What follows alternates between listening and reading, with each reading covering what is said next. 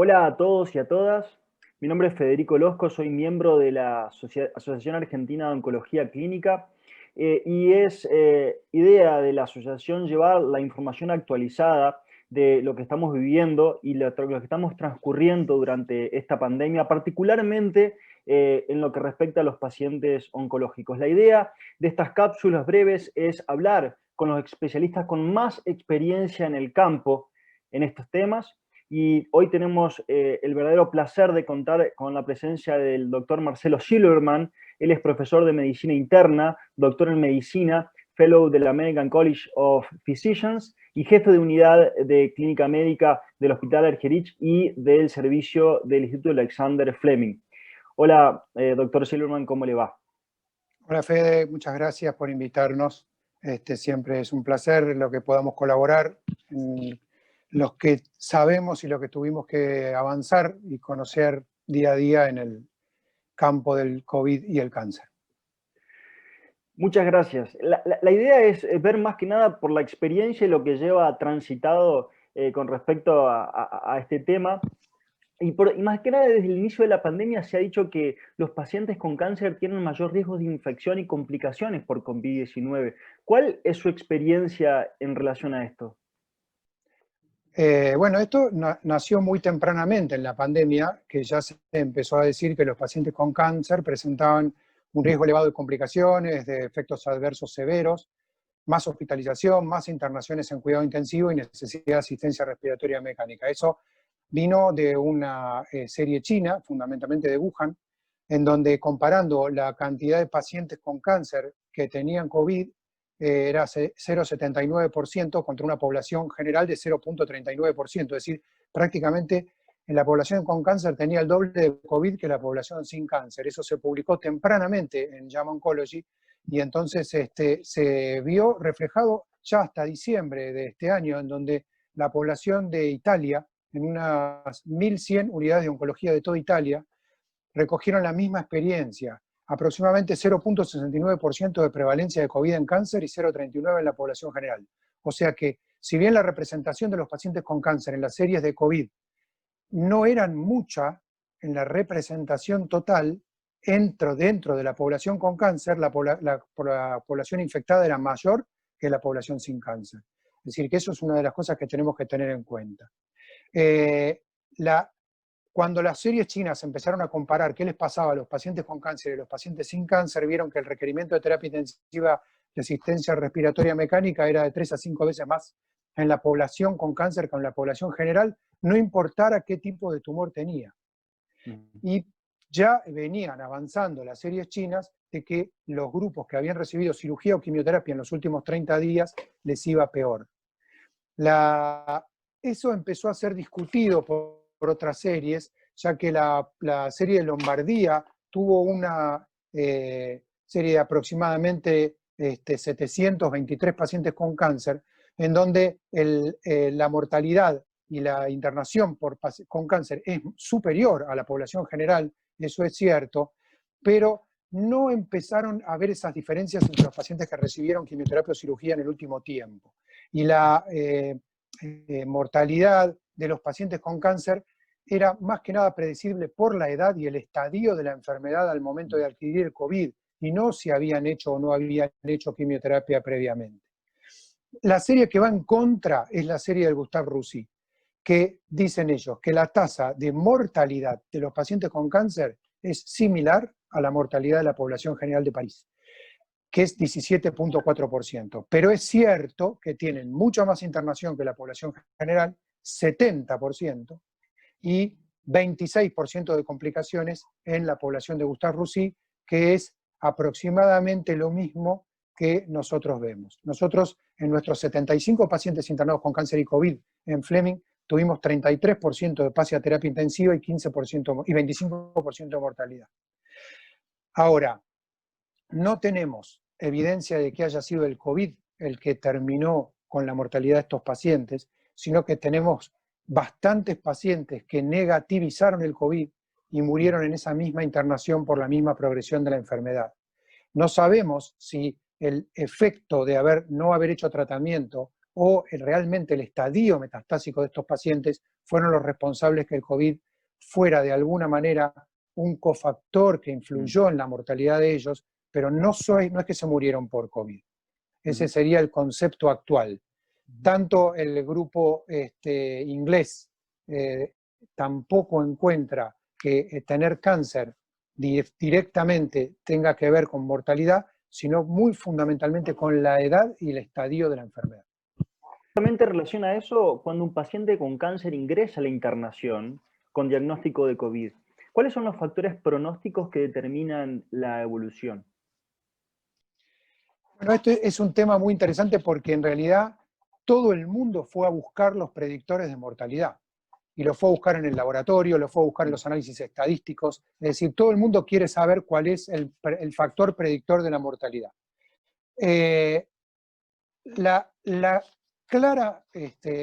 claro predictor de mortalidad es el estado del paciente previamente a adquirir el COVID. Eso lo demuestra Gustave Roussy en sus pacientes. La edad, como todo paciente con COVID, es marcador de mortalidad. Los mayores de 70 años se mueren más. Los pacientes con enfermedad metastásica se mueren más. Y para el grupo de Gustave Roussy, la proteína C reactiva y el dímero D elevado fueron marcadores de mortalidad. No vieron diferencias por el tipo de tumor, que es lo otro que todo el mundo fue a buscar. ¿Quiénes eran los pacientes que se morían más o que se complicaban más cuando tenían COVID? Está el estudio Cancer Consortium, que es el estudio CCC19, que ellos tomaron pacientes de Canadá, de Estados Unidos y de España, y ellos demostraron que la actividad tumoral, la edad, el tabaquismo y el sexo masculino y las comorbilidades, es decir, todo lo que el paciente tenía previamente eran los predictores de mortalidad. Pero no pudieron encontrar que un tumor o una quimioterapia fuera la responsable de mayor tasa de complicaciones. El estudio inglés, que es con el proyecto de monitoreo de los pacientes con cáncer y COVID, 800 pacientes con todo tipo de cáncer, también demostró lo mismo, la edad, las comorbilidades y el sexo masculino como predictor de mortalidad. En este grupo es interesante porque el 35% de los pacientes habían recibido quimioterapia 30 días previo a adquirir la infección por COVID y no hubo diferencias en la mortalidad. La mortalidad general de ellos fue 28%, similar a nuestra mortalidad, fue 25% en los pacientes con cáncer. Tomando específicamente patologías, el Teravolt es un estudio hecho para pacientes con neoplasias torácicas y el único predictor de mortalidad fue la edad y la historia de tabaquismo. Y son pacientes con cáncer de pulmón. Es cierto que hay algunos otros grupos que han demostrado que los pacientes con cáncer de pulmón se mueren más que la población general. En nuestro grupo, los pacientes con cáncer de pulmón tuvieron 50% de mortalidad, o sea que los pacientes con cáncer de pulmón, todos metastásicos, al momento de adquirir el COVID, se murieron el 50%, que es el doble de lo que se murió el resto de la población. El otro grupo fuerte son los oncohematológicos, y el peso de los oncohematológicos está fundamentalmente dado de acuerdo a cuántas leucemias agudas tenés en el momento de adquirir el COVID. El Memorial publica una serie muy interesante de más de 300 pacientes en donde confirma que no hubo diferencias en mortalidad entre aquellos pacientes que no habían recibido o habían recibido quimioterapia y que el peso de la oncohematología es por la leucemia amiloide aguda. Ellos encuentran también que los pacientes con cáncer de pulmón, la linfopenia profunda y la neutropenia son predictores de mortalidad. Obviamente, los pacientes que tuvieron neumonía más grave se murieron más, que eso es obvio, no hay ninguna discusión. Para revisar todo eso hay una revisión sistemática y un metaanálisis hecho de 15 estudios que lo hicieron Sang y colaboradores, que incluyeron más de 3.000 pacientes con cáncer y COVID. Y otra vez la edad, otra vez el sexo masculino como predictor de mortalidad. No encontraron ellos diferencia de mortalidad entre cáncer de pulmón y el resto de los tumores sólidos, ni con los pacientes oncohematológicos. Y tampoco encontraron diferencias entre mortalidad entre los pacientes con quimioterapia previa y sin quimioterapia previa. Es decir, que pareciera caerse el dato de que la quimioterapia es un factor de mortalidad en COVID, y como dato, nuestro estudio hecho por el doctor Díaz Couselo muestra que la ferritina y el dímero D en nuestros pacientes con cáncer fue predictor de mortalidad. Eso quiere decir una serie de 75 pacientes. Ujú. No la vamos a comparar con los 1.300 o los 1.500 de Gustave Roussy, ni con los 300 del Memorial. Pero la verdad es que en nuestro grupo, la ferritina y el dímero D fueron predictores de mortalidad.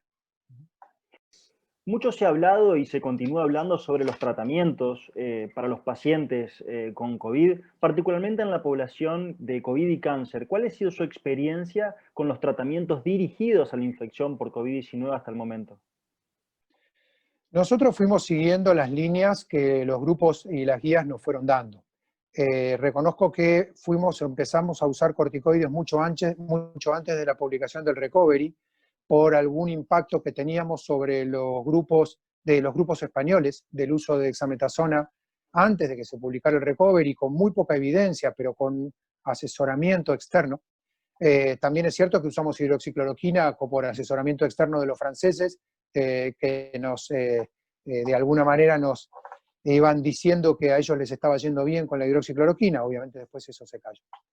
La dexametasona nosotros no vimos que tuviera ningún efecto adverso más allá de algún efecto de la hiperglucemia o la hipertensión arterial, los clásicos efectos adversos, pero en esa dosis que la usamos nosotros, que la usamos en 8, no en 6, como dice el Recovery, porque nuestra ampolla es de 8 y nos costaba pensar en romper una ampolla, la verdad es que nos fue lo suficientemente bien, como dice el Recovery, cuando el paciente requiere oxígeno.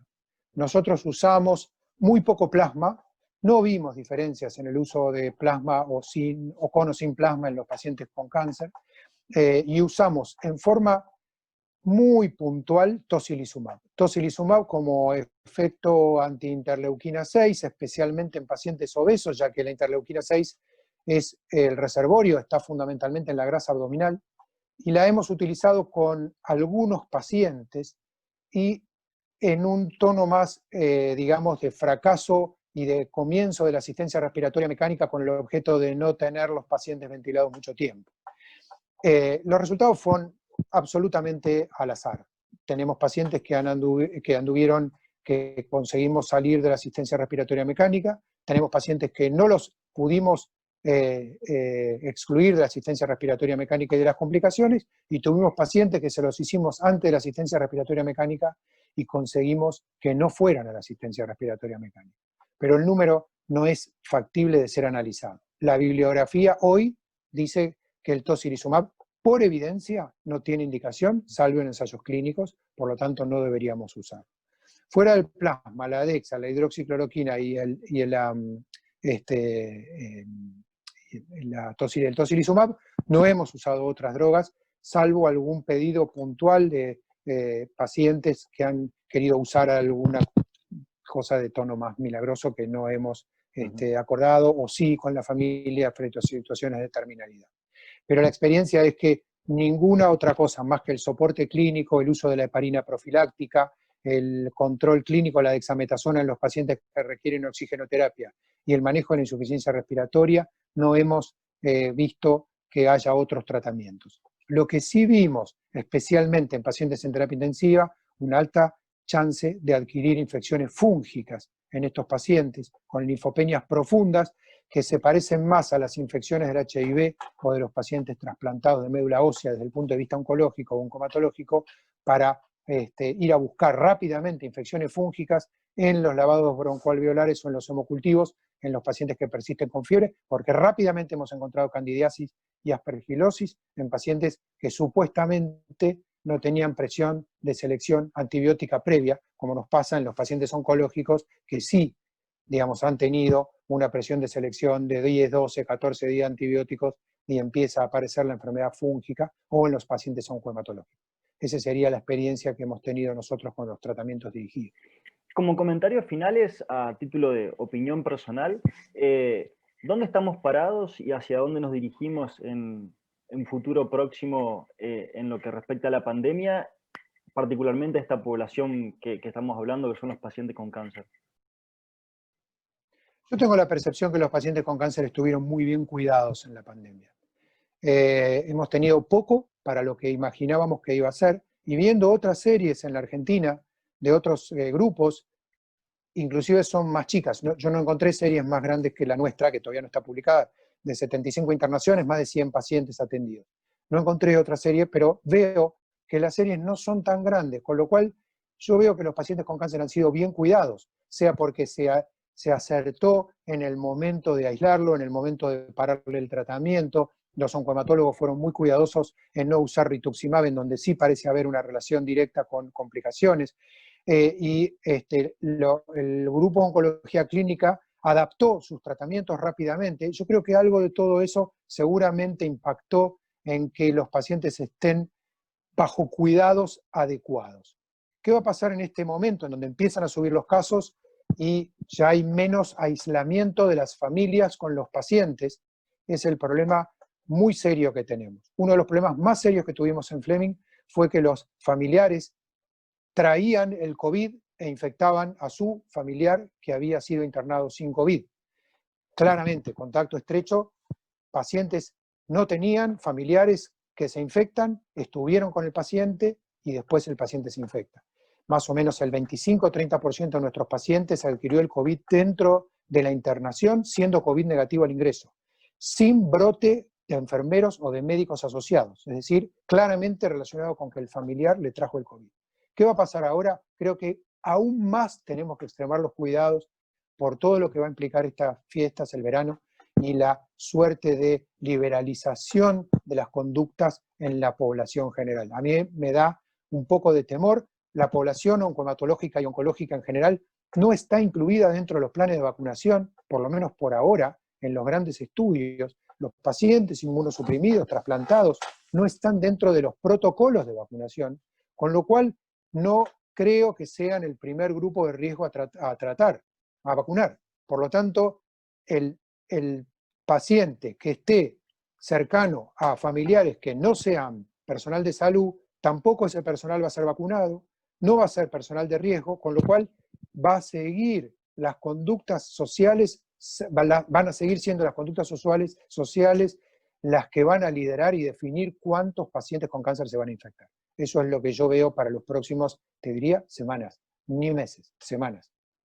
Doctor Silverman, muchísimas gracias, siempre es un placer escucharlo desde la Asociación Argentina de Oncología Clínica y personalmente le agradecemos y espero que sigan bien.